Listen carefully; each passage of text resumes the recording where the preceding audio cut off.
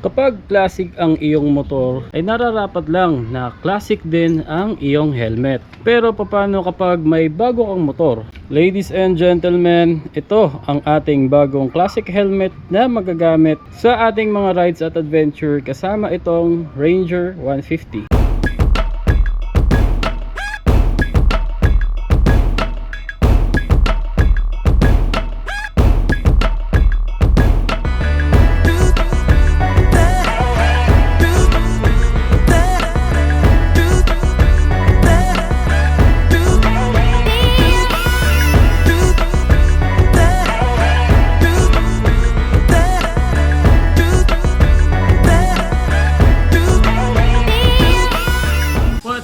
Mga kamambo, at ito na nga po ang ating bagong Rio helmet na classic. So ang kanyang model ay RF6V, tapos ang kanya namang color ay matte metal gold, tapos size niya ay large. SRP niya 4190.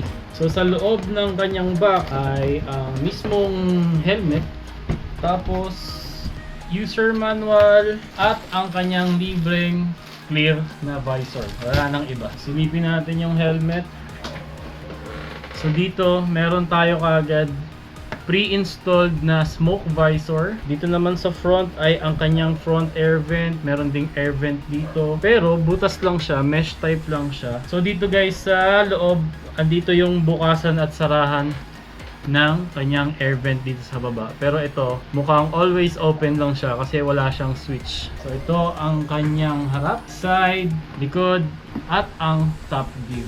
Medyo kakaiba yung kulay niya. Alanganing brown, alanganing gold. Pero babagay naman siya sa motor natin kasi light brown naman yung ating Ranger 150.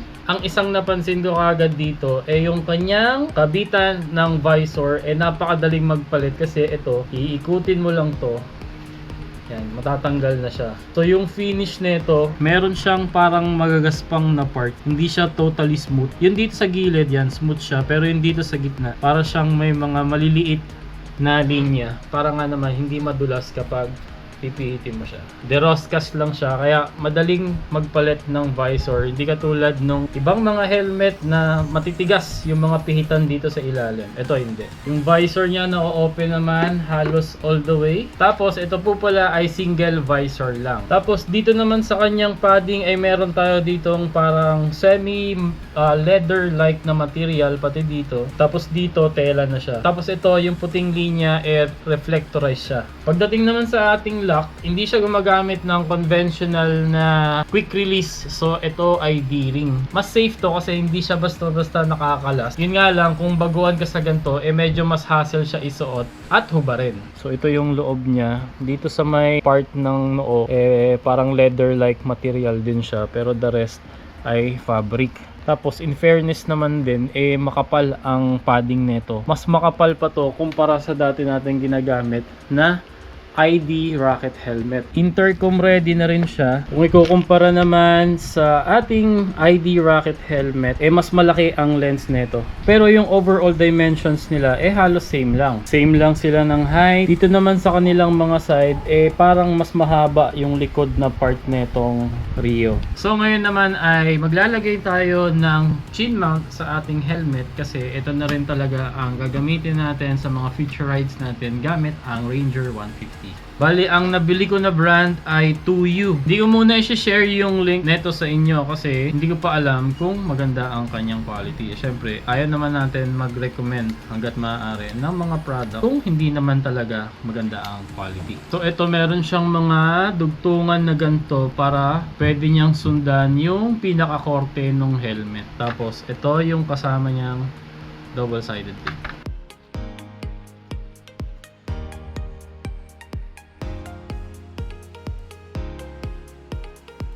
So, eto na yung itsura niya nung nalagay na natin yung ating chin mount. So, mawawala na rin ng silbi talaga yung ating air vent dito sa gitna. Pero okay lang, ganoon naman talaga.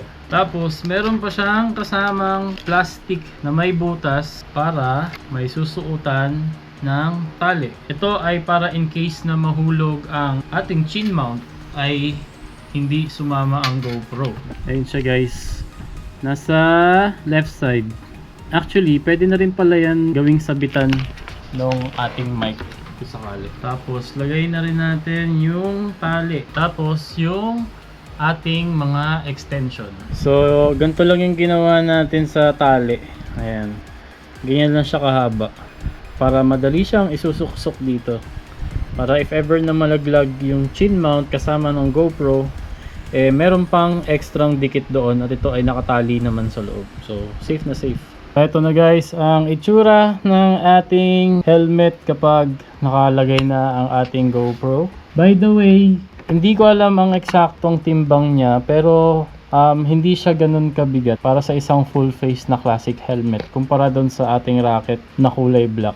Ayan, itsura niya. Ito kagandahan kapag meron kayong ganitong mga extension kasi pwede nyong i-adjust ang anggulo ng inyong GoPro.